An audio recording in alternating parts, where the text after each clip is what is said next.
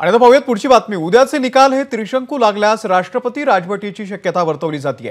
त्रिशंकू स्थितीमध्ये महाविकास आघाडी किंवा महायुतीला जुळवाजुळवीसाठी 3च दिवस मिळणार आहेत। सध्याच्या विधानसभेची मुदत 26 नोव्हेंबरला संपतीये।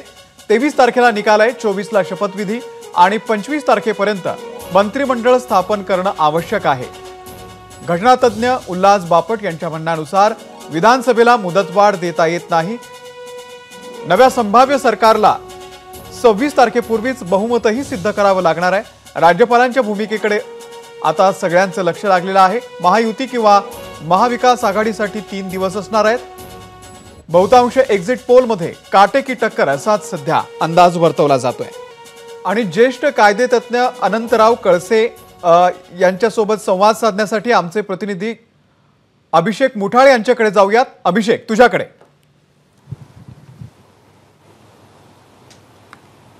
अमोल, जसं आता तू सांगितलं काटेकी टक्कर आहे आणि एकूणच 26 नोव्हेंबर रोजी जर का पाहायचं तर ह्या 14व्या विधानसभेची जी मुदत आहे ती संपते आहे। 15वी जी विधानसभा आहे ती अस्तित्वात येणं गरजेचं आहे। याच संदर्भात बोलण्यासाठी आपल्यासोबत विधिमंडळाचे माजी सचिव आहेत अनंत कळसे सर, कशा प्रकारे बघता आहे पुढची प्रक्रिया आता कशी असणार आहे ही सगळी?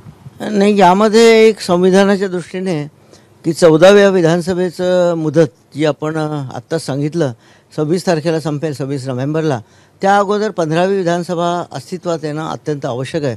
त्यासाठी एकच प्रक्रिया म्हणजे 23 तारखेला बहुतेक मतमोजणी आहे मध्ये सर्व निकाल स्पष्ट होतील। 23 तारखेला रात्रीपर्यंत किंवा 24ला कुठल्याही परिस्थितीत आपली ही 15वी विधानसभा अस्तित्वात येईल। आणि या संदर्भातली जी प्रक्रिया आहे ते म्हणजे मुख्य निवडणूक अधिकारी महाराष्ट्राचे जे आहेत ते संपूर्ण निकाल एकत्रित करून त्या संदर्भातलं एक notification representation of people act 1966 त्या सेक्शन 66 प्रमाणे तसं नोटिफिकेशन काढलं जाईल आणि हे नोटिफिकेशन माननीय राज्यपालांना दाखवलं जाईल आणि त्याची मंजुरी माननीय मुख्य निवडणूक आयुक्त जे महाराष्ट्राचे आहे त्यांच्याकडून घेतलं जाईल आणि त्यांचं अप्रुव्हल मिळाल्यानंतर हे नोटिफिकेशन 24ला निघेल। आणि एकदा का हे नोटिफिकेशन निघालं की विधानसभा जी आहे ती 15वी विधानसभा अस्तित्वात आली असं संविधानात्मकदृष्ट्या मानलं जाईल। आणि त्यानंतर मग सत्ता स्थापनेची जी प्रक्रिया आहे ते पुढे सुरू होईल, कारण या दोन्ही आघाड्या प्रीपोल अलायन्स आहे। त्यामुळे कुठल्या तरी आघाडीचा प्रत्येक पक्ष त्यांचा नेता निवडीची प्रक्रिया पार पाडेल आणि त्यानंतर मग आघाडीचा एखादा नेता जॉईंटली निवडला जाईल आणि तो नेता त्यांचं बहुमताचं आकडे घेऊन किंवा त्यांचे क्लेम जे आहे बहुमताचे प्रत्येक पक्षाच्या सदस्यांच्या सह्या आणि त्यांचा कन्सेंट फॉर्म असा घेऊन माननीय राज्यपालांकडे ते दावा करतील की आमच्या आघाडीला बहुमत आहे किंवा आमच्या पक्षाला बहुमत आहे।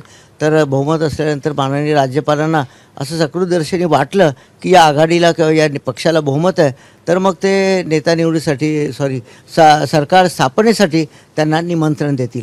अशी ही तुम्ही जे म्हणता आहात ती किती मुदत असणार आहे? म्हणजे 26 नोव्हेंबर नंतर जरी का मुदत द्यायची म्हटली सगळ्यांना तर किती दिवसाची तो कालावधी असू शकतो? नाही, ह्या 2 वेगळ्या प्रक्रिया, विधानसभा अस्तित्वात येणं आणि सरकार स्थापनेची प्रक्रिया, ह्या 2 वेगळ्या कालावधी आहे। आणि आपल्याला माहिती असेल 1999ला मला वाटतं 1-1.5 महिना सरकार स्थापन होऊ शकलं नव्हतं, कारण काँग्रेसमध्ये त्यावेळेस फूट पडली होती। राष्ट्रवादी काँग्रेस आणि काँग्रेस असे 2 पक्ष वेगळे झाले होते।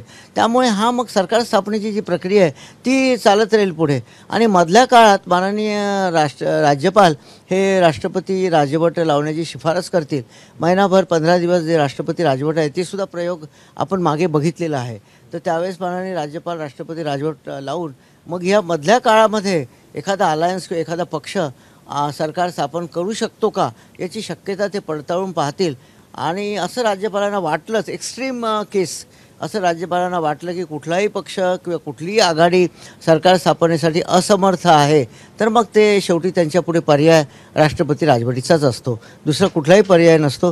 राष्ट्रपती राजवट पहिल्यांदा 6 महिने लावली जाते, मग ती 6 महिन्यापर्यंत वाढवली जाते आणि वर्षभराच्या काळात जर काहीच होऊ शकलं नाही तर शेवटी नव्याने निवडणुका घेणं हाच पर्याय संविधानात्मकदृष्ट्या माननीय राज्यपालांपुढे असतो।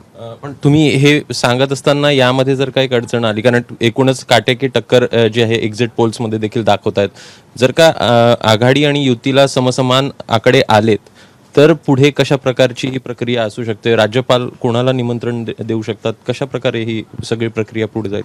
नाही, आघाडी आणि युतीला असं वाटलं की समसमान आहेत तर मग शेवटी ही राज्यपालांचं डिस्क्रिशन असतं. राज्यपाल शेवटी बघतीलच ना, का एकदम इतकी काही काटेकोरपणे समसमान येण्याची शक्यता मला तरी कमी वाटते.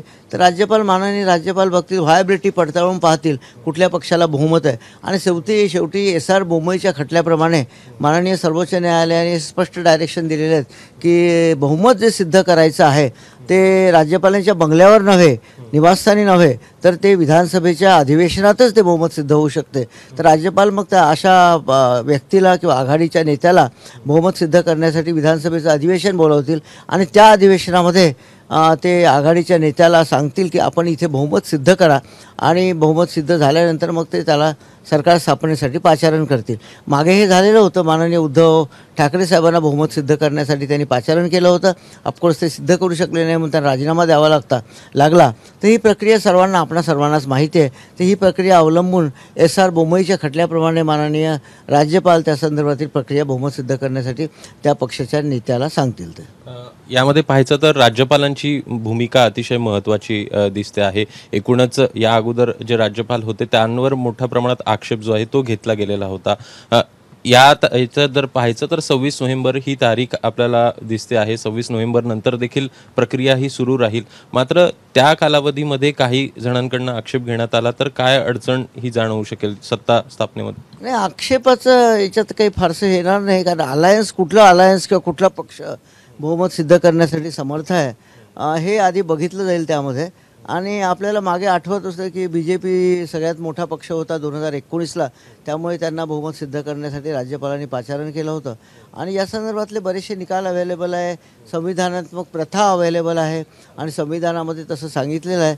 आणि आपल्याला केंद्रात आठवत असेल की मागे चरण सिंग साहेबांना बहुमत सिद्ध करण्यासाठी त्यावेळेस सांगितलं होतं, ते सिद्ध करू शकले नाही. मग त्यावेळेससुद्धा बरंचसं हे झालं आहे, जगजीवन राम वगैरे, ते इतिहास आपल्याला माहिती आहे, ते होऊ शकले नाही वगैरे पंतप्रधान. आता तो मधला काळ आहे. आता मला वाटतं बहुमताचा काही प्रश्न येणार नाही आहे. तर या कुठल्या तरी आघाडीला बहुमत असेल आणि माननीय राज्यपाल on the floor of the house म्हणजे अधिवेशनाच्या पटलावर अधिवेशन बोलावून ती प्रक्रिया पार पाडतील. धन्यवाद सर. तर हे होतं अनंत गळसे ज्यांच्याकडून स्पष्ट करण्यात आलेलं आहे की एकूणच जर का काही अडचणी आल्या तर राज्यपाल हे ऑन फ्लोअर टेस्ट घेऊन हे संपूर्ण जे विधिमंडळ आहे विधानसभा आहे ती अस्तित्वात येताना आपल्याला पाहायला मिळू शकेल. अमोल. अभिषेक, खूप खूप धन्यवाद या खास मुलाखतीबद्दल, या संवादाबद्दल. ABP माझा, उघडा डोळे बघा नीट.